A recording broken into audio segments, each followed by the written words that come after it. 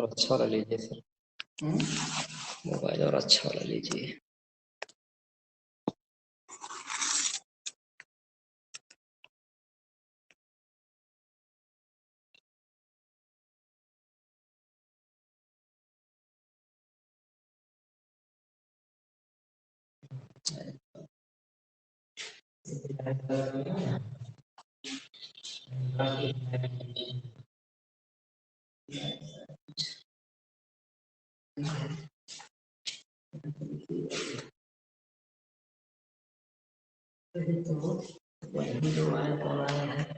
हाँ बेटा सौर,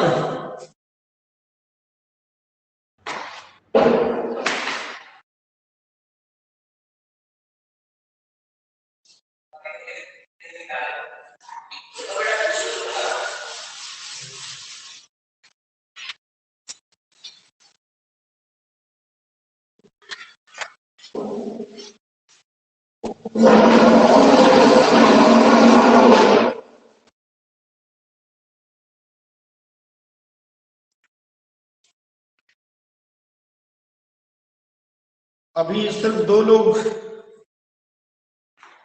जुड़े हैं, तो शौर्य जी जुड़े हुए हैं, अक्षा, आप सभी लोगों को वेरी गुड मॉर्निंग।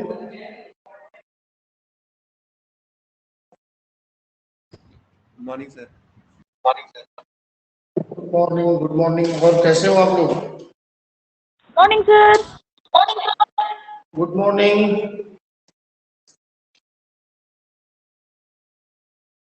कैसे हो बेटा आप लोग?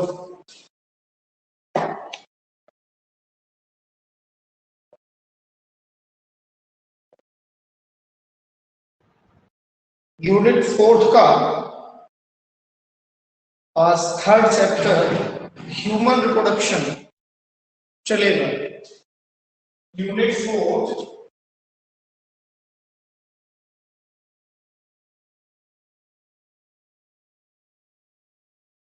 का आज 3rd लेसन आज स्टार्ट होगा, जिसका नाम है ह्यूमन रिप्रोडक्शन।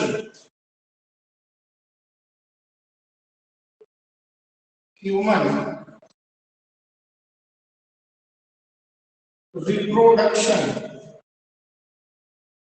Human reproduction.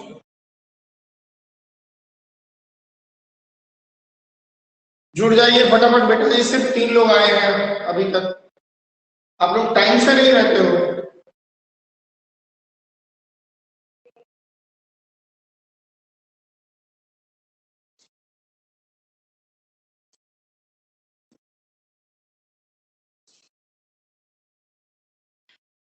आप लोगों को टाइम से ज्वाइन करना चाहिए। सिमरन जी, यस सर। बाकी दोस्त आपके कहाँ रह गए आज? पता नहीं sir.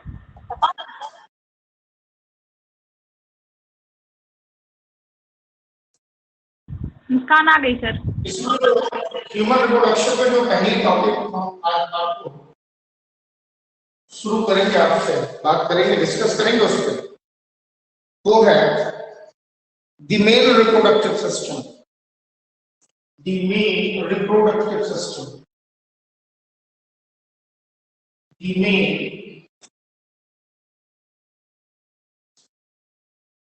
Reproductive system.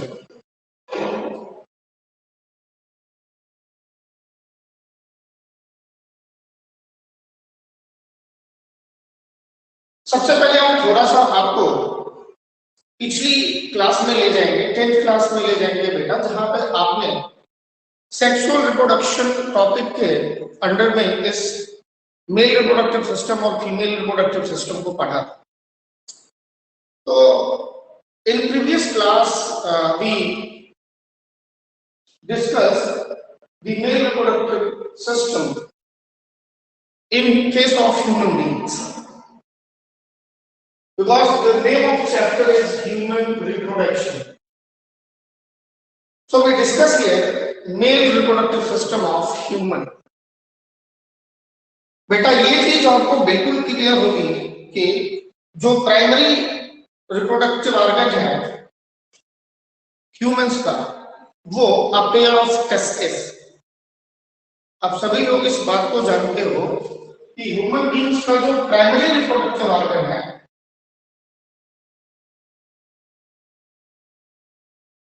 Primary reproductive organ वो है अ पेयर ऑफ टेस्टिस।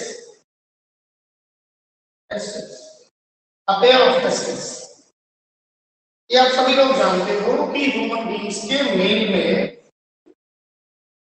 जो प्राइमरी रिप्रोडक्टिव ऑर्गन है वो ए पेयर ऑफ टेस्टिस।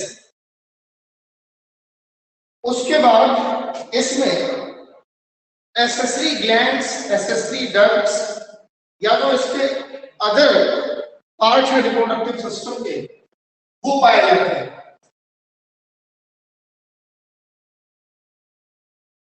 वो क्या क्या है उसमें accessory duct, glands, external genitalia जैसे ऑर्गन इंक्लूड है, जैसे ऑर्गन इंक्लूड है। एसेसरी डक्ट,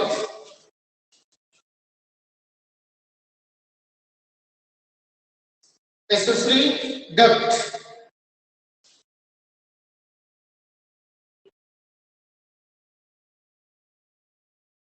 फिर नेक्स्ट है ग्लैंड। और इस ग्लैंड में कई तरह के ग्लैंड्स आपको पढ़ने होंगे, वो मैं बताऊंगा आपको कि कौन कौन से ग्लैंड हैं।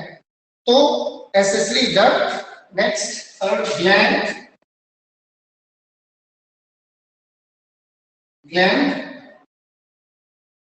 And fourth external genitalia. External genitalia, external genitalia, GENITA,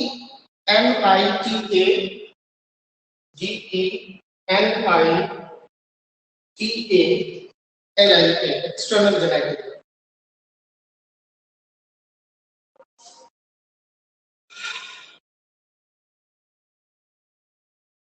I'm audible and visible both.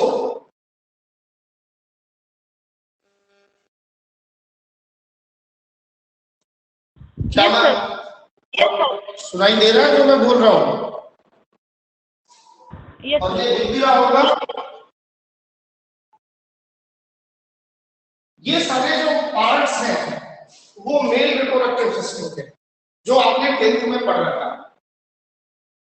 अब इसमें बहुत सारी चीजें आपको डिस्कस करनी है, जिसमें सबसे पहले अगर हम बात करें तो आज इसका एक छोटा सा पार्ट हम ड्रॉ करते हैं और जिसको आपको बता दें कि ये चीजें आपको पढ़नी है। सबसे पहले तो ये एक पेयर ऑफ टेस्टिस, ये एक पेयर ऑफ टेस्टिस ये होगा a pair of testes. This is the primary reproductive organ of the male. इस टेस्टिस को इस तरह से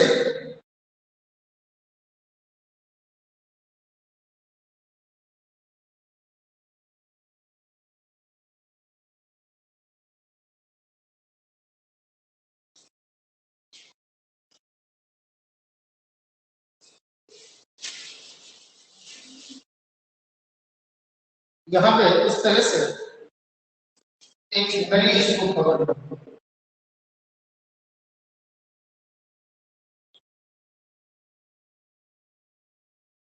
This is testis. और ये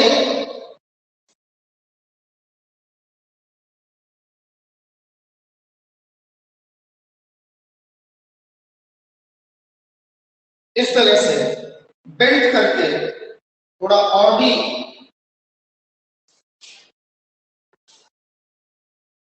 इसकी जो बेंडिंग है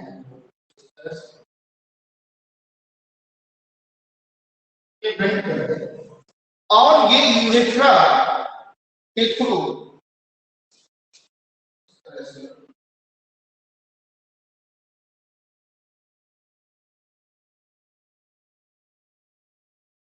this is the urethra of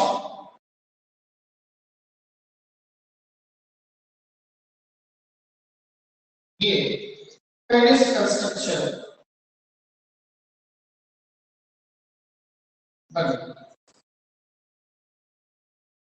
इसमें बेटा आपको एक एक पार्ट बहुत महत्वपूर्ण है, एक एक आपको पार्ट को बहुत ही गंभीरता से समझना है।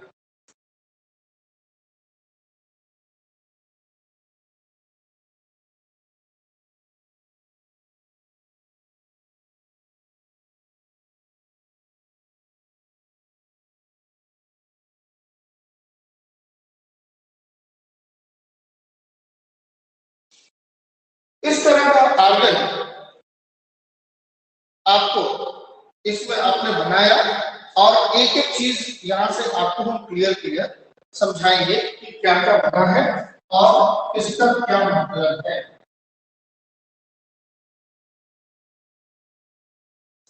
सबसे पहले हम बात करते हैं कि urinary bladder, this is the urinary bladder जिसमें यूरिन स्टोर होती है, यूरिनरी ब्लैडर। बेटा आपको ये सारी चीजें बिल्कुल जिस तरह से फिगर मैं आपको बना कर मेंशन करा रहा हूं उसी तरह से ये आपकी तैयार होनी चाहिए। अगर कहीं से आपसे पूछा जाए कि यूरिनरी ब्लैडर कहाँ है तो आप उसको मेंशन कर सकते। ये जो आपको दो ढक इस तरह से दिखाई दे रही है, ऐसे जो दो ढक बाहर की तरफ दिखाई दे रही है, this is known as ureter. इसको बोलते हैं ureter. This is the ureter, this is the ureter. तो यूरिनरी ब्लैडर, यूरेटर। इसके बाद जब हम और नीचे आते हैं तो इस जोन में हमें हमारे पास कलर चार्ट ले लेंगे तो एक और अच्छे से बनता। आपने फिगर यहाँ पे दे रखा है, this is the seminal vesicle. जो आप ये देख रहे हो इसको आप बोलेंगे seminal vesicle, seminal vesicle. This is the seminal vesicle. Seminal vesicle से जब ठीक नीचे आते हैं तो फिर हमें दिखाई दे रहा है प्रोस्टेट। ये जो स्ट्रक्चर आप बनाए हुए बेटा, दिस इज द प्रोस्टेट। ये वाला स्ट्रक्चर, ये इसको हमने कहा कि ये प्रोस्टेट। प्रोस्टेट ग्लैंडुलर स्ट्रक्चर होता है और जो सेमाइनल कंपोजिशन बनाने में मदद करता है। जो सीमेन में कंस्टिट्यूएंट्स होते हैं उसमें प्रोस्टेट का सिक्रीशन भी होता है। तो ये प्रोस्टेट।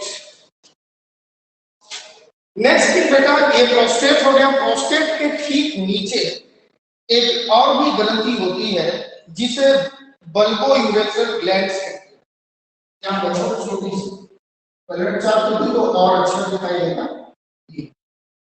इसको बोलते हैं bulbo urethral gland, bulbo urethral gland.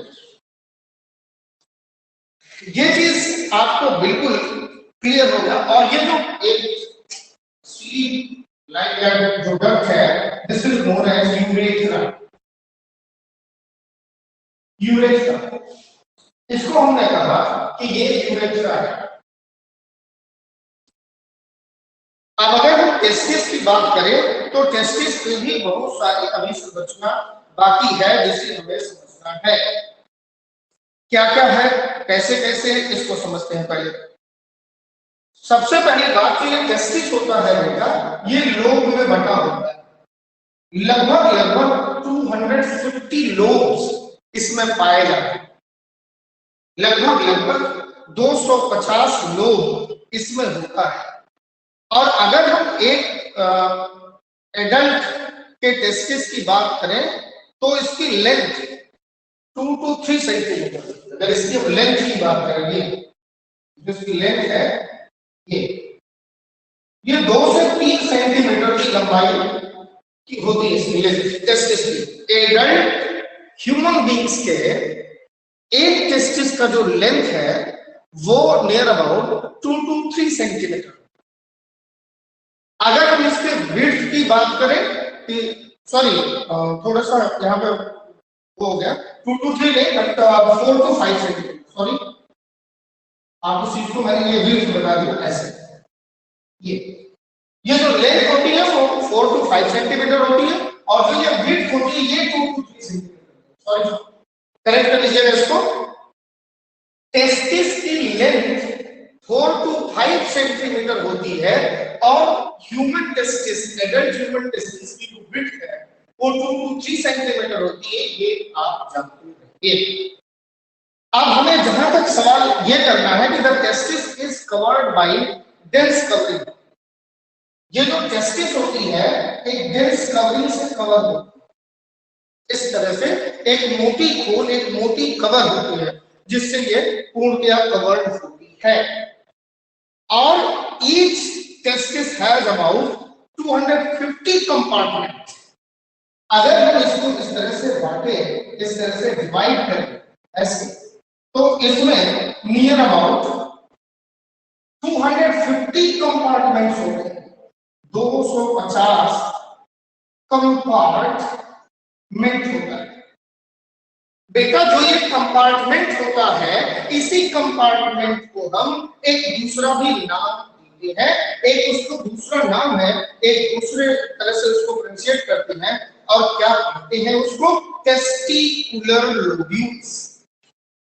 जो ये कंपार्टमेंट है इसे एक और नाम देते हैं जिसे हम कहते हैं बेटा टेस्टिकुलर लोब्यूल। क्या नाम देते हैं इसको? Testicular lobule. एक एडल्ट ह्यूमन टेस्टिस की लेंथ 4 to 5 सेंटीमीटर होती है, विड्थ 2 to 3 सेंटीमीटर होती है। ह्यूमन टेस्टिस डिवाइड होता है 250 कंपार्टमेंट में और उस कंपार्टमेंट को एक नया टर्म देते हैं जिसे हम बोलते हैं टेस्टिकुलर लोब या टेस्टिकुलर लोब्यूल्स। ये जो टेस्टिकुलर लोब्यूल्स है 250 टेस्टिकुलर लोब्यूल्स है। हर एक टेस्टिकुलर लोब्यूल्स में 1 to 3 1 से लेके 3 नंबर में सेमिनिफेरस ट्यूब पाया जाता है। एक लोब्यूल में एक कंपार्टमेंट में 1 to 3 अगर हमने कहा जैसे मान लिया हमने एक कंपार्टमेंट बना लिया ऐसे, इसका एक कंपार्टमेंट है, एक टेस्टिकुलर लोब्यूल, इसमें 1 to 3 सेमिनिफेरस ट्यूब पाया जाएगा। सेमिनिफेरस ट्यूब पाया जाएगा। बेटा we will know this is the site of gametogenesis and particular spermatogenesis। ये जो सेमिनिफेरस ट्यूब है यही मेल रिप्रोडक्टिव ऑर्गन में स्पर्मेटोजेनेसिस की साइट है। कहने का मतलब ये है कि मेल में जब स्पर्म का फॉर्मेशन होता है तो उसकी जगह होती है सेमिनिफेरस ट्यूब। अब चूंकि जो हमें ये पहली बार लिखी primary reproductive organ, primary reproductive organ one pair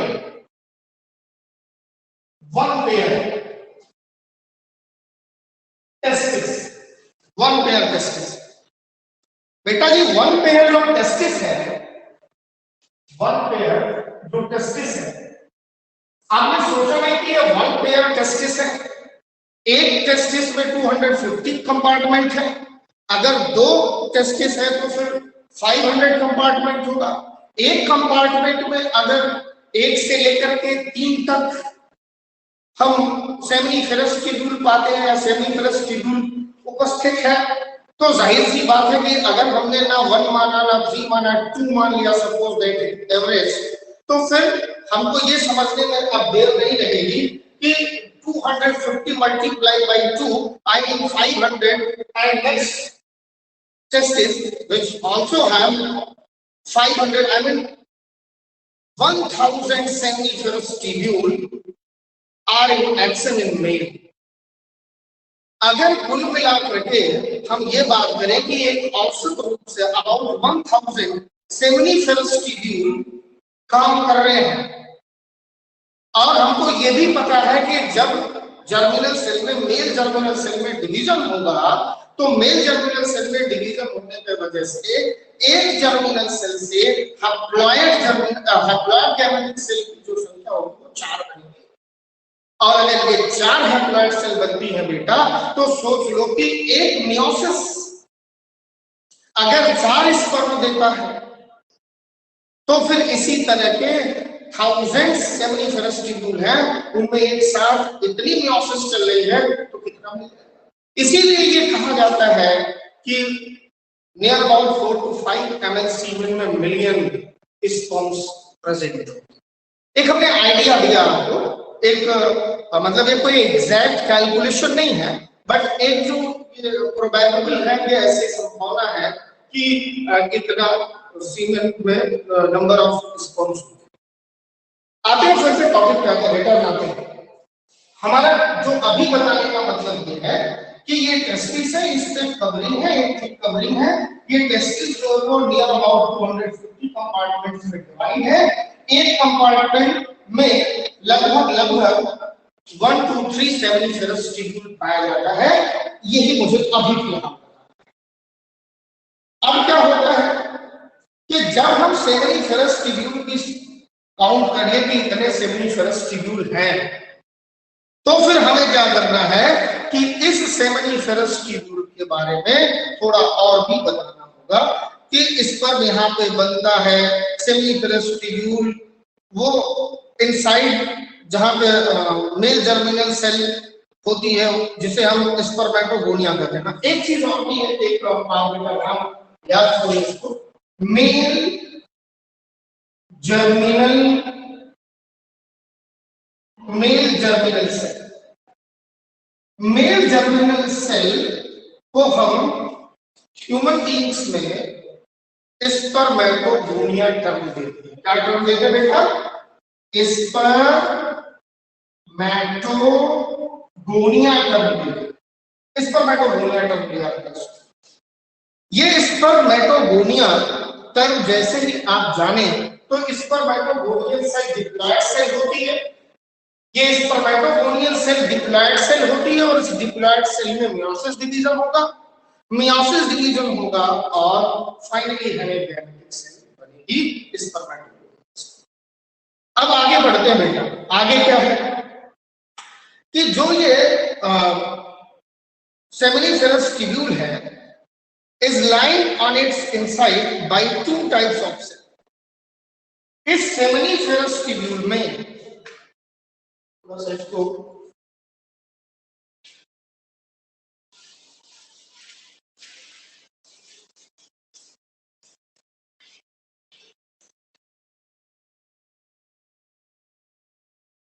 अभी हमने बात किया कि ये टेस्टिस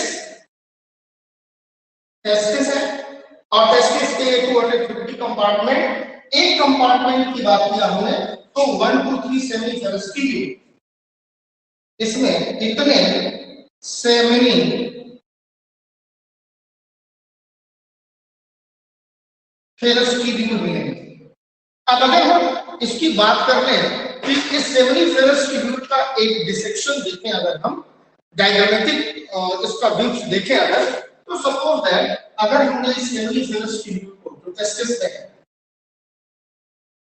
ये सेमिनिफेरस ट्यूब्यूल का एक स्ट्रक्चर हम ड्रॉ करके जा रहे हैं।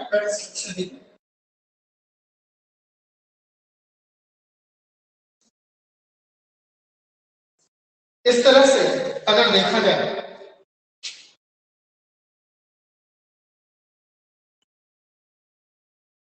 अब इसमें सेमी फेरस ट्यूब्यूल में अगर हम बात करें तो ये दो तरह के सेल्स पाए जाते हैं। कौन कौन से होते हैं जरा देखा जाए। हमने कहा कि इसमें एक spermatogonia, this is the spermatogonia, ये टूयम है। इसको हमने कहा कि ये स्पर्मेटोगोनिया है,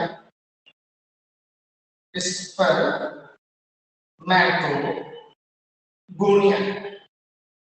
बेटा आप ये भी जानते हो कि अगर ऐसे पूछा जाए कि स्पर्मेटोजेनेसिस की साइट क्या है तो सेमिनिफेरस ट्यूब्यूल है। अगर स्पर्मेटोजेनेसिस में सेल कौन सी इन्वॉल्व होगी, स्पर्मेटोगोनियल सेल इन्वॉल्व। फाइनली यही स्पर्मेटोगोनियल सेल बेटा स्पर्म बनाती है, या फिर उससे भी पहले ये स्पर्मेटिड्स बनाती है, आएगा इसको पढ़ाएंगे हम, फिर ये स्पर्म बनाती है। इसी के साथ साथ यहां पर जो बना हुआ मटेरियल है इसके साथ साथ एक विशेष तरह की सेल पाई जाती है। ये मान लीजिए एक विशेष तरह की सेल है जिसे हम बोलते हैं सर्टोरी सेल। कौन सी सेल बोलते हैं? Sertoli cell.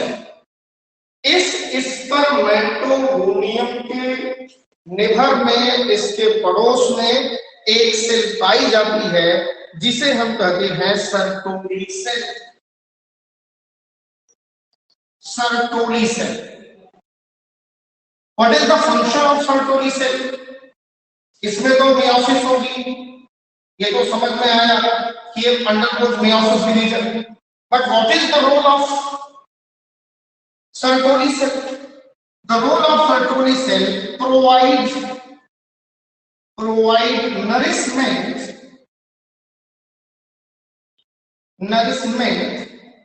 to the produced sperm.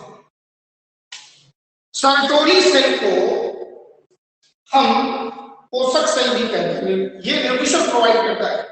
जब स्पर्मेटोगोनियम में मियोसिस डिवीजन हो जाता है और एक स्पर्मेटोगोनियम से 4 स्पर्म सेल बन जाते हैं, तो जो ये बने हुए स्पर्म हैं उनके सामने संकट होता है कि वो वाइबल रहे और उसके लिए जरूरी है कि उन्हें नरिशमेंट चाहिए।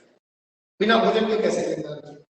फिर जाहिर सी बात है कि उनकी व्यवस्था नेचर में सर्टोली सेल को भेज के दिया कि आप नरिश करो।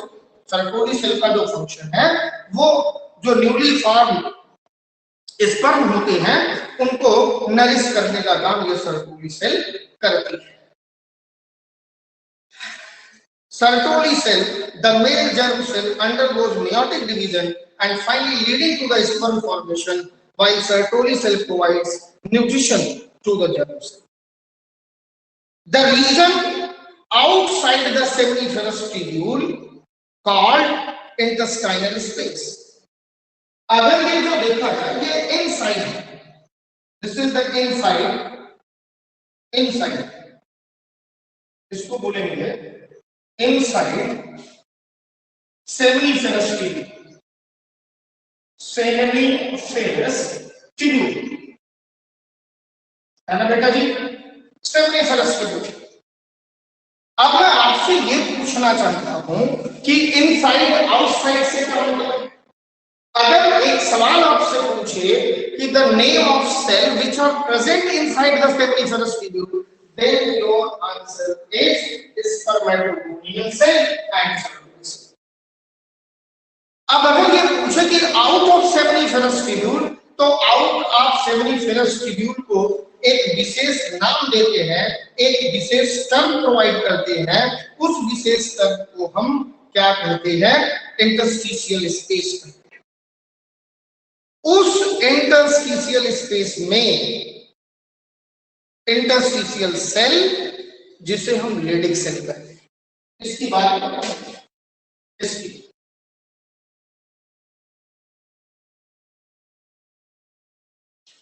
इंटरस्टिशियल स्पेस, इसका नाम है INTERSTIA।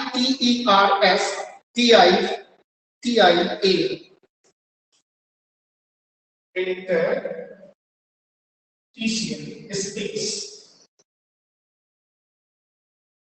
इस इंटरस्टिशियल स्पेस में यहां पे बेटा जो ये स्पेस आपको दिखाई दे रहा है, यहां पे एक विशेष तरह की सेल पाई जाती है and this is known as Leydig cell या इंटरस्टिशियल सेल। बहुत ही क्लियर आपको ये बातें हम बता रहे हैं कि इंटरस्टिशियल सेल क्या है। एक यहां सेल की जो व्यवस्था से बताया वो है interstitial cell,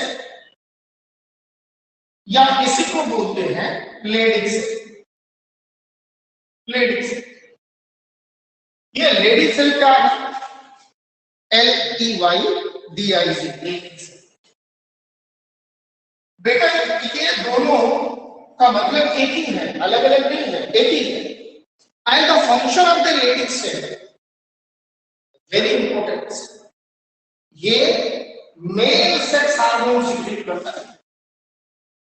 mail sex hormone secret करने का काम करता है जो टेस्टोस्टेरोन होता है। आपके एनसीईआरटी में एंड्रोजन लिखा हुआ है, यानी एंड्रोजन भी मेल सेक्स हार्मोन ही होता है जी। तो ये लेडिंग सेल है, Leydig cell synthesize and secrete, इसका जो वर्क है याद रखने का बहुत ही महत्वपूर्ण जिम्मेदारी आपका है कि जो बेटा ये लेडिंग सेल है इसका वर्क क्या है?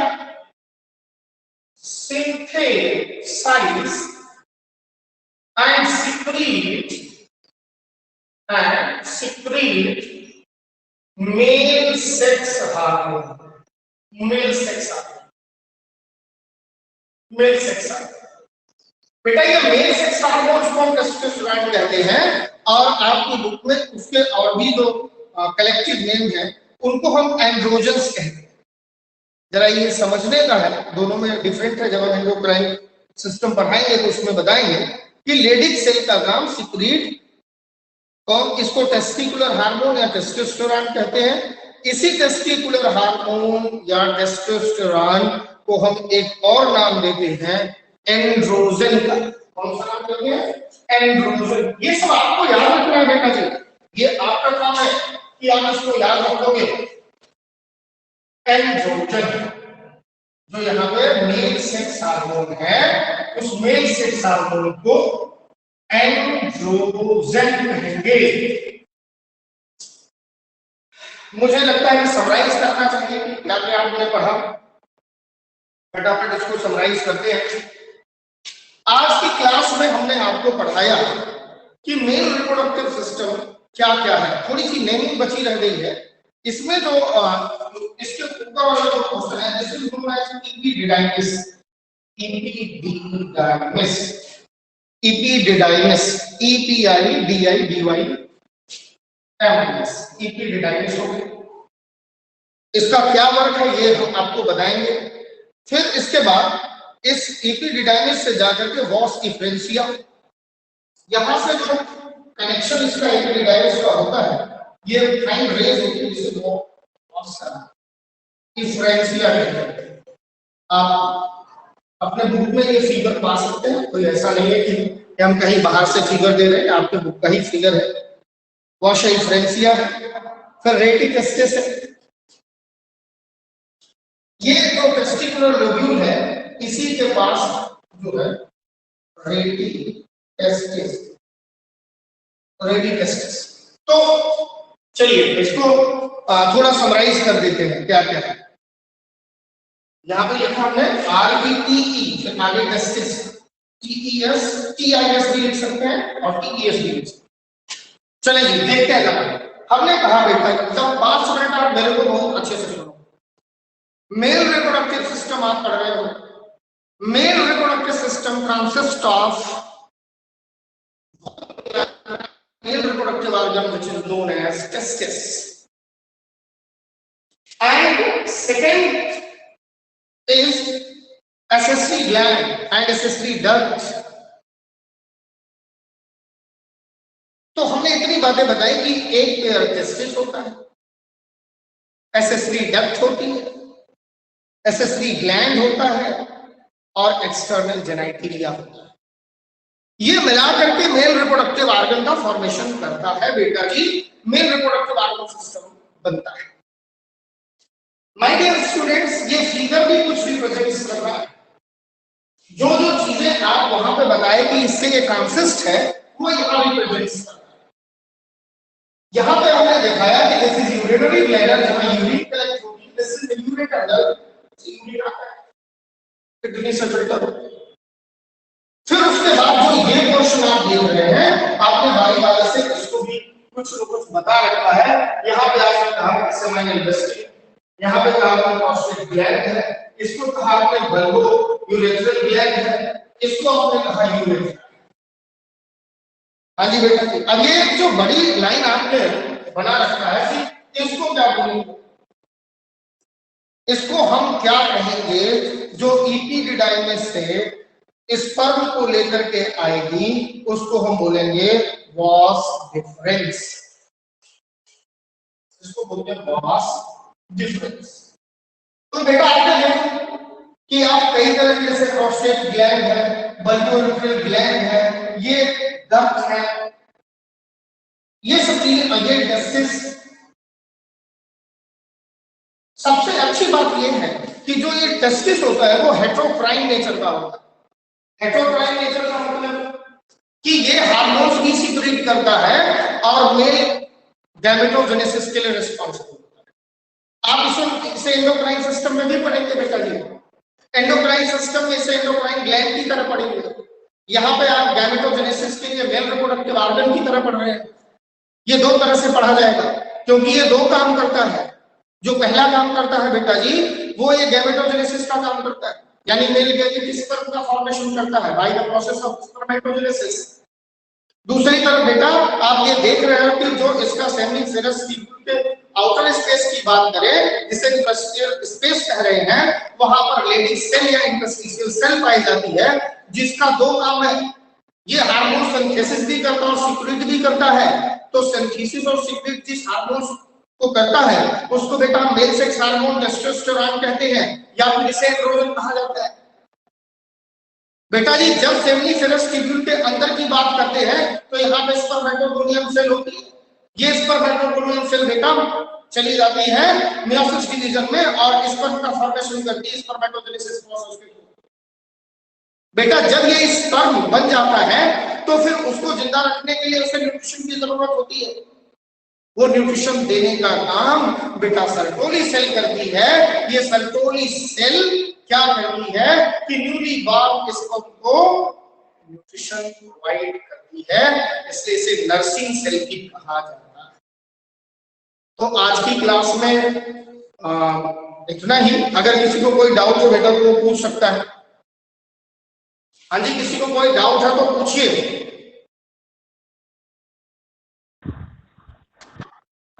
नहीं है सर। किसी को कोई डाउट हो तो पूछ सकता है। सिमरन ने कहा नहीं, चलिए बहुत अच्छी बात है। आज कौन कौन जुड़ा हुआ है जरा ये देख लें। सिमरन है, मुस्कान चौहान है, अफान जी जुड़े हुए हैं, रिचा है, आवेश कुमार जी हैं, तान्या वर्मा, अक्षा। आज बहुत कम लोग की संख्या दिख रही है, क्या बात है?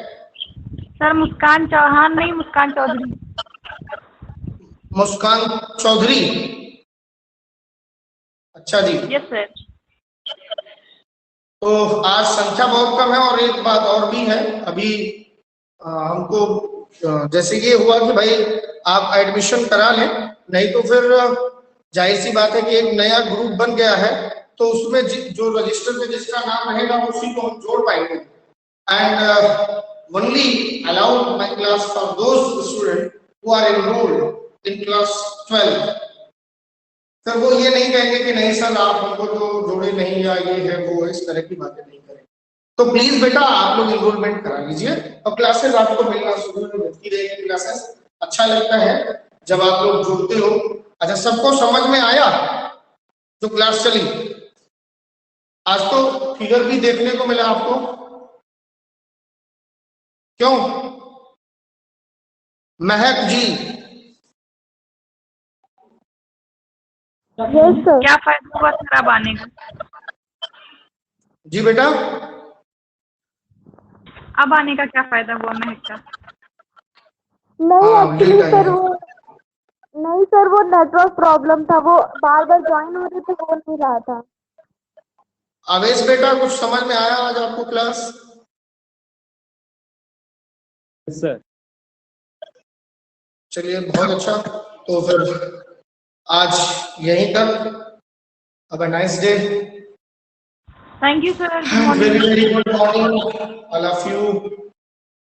ओके, एग्जिस्ट कर रहा हूँ बेटा मैं। जी सर।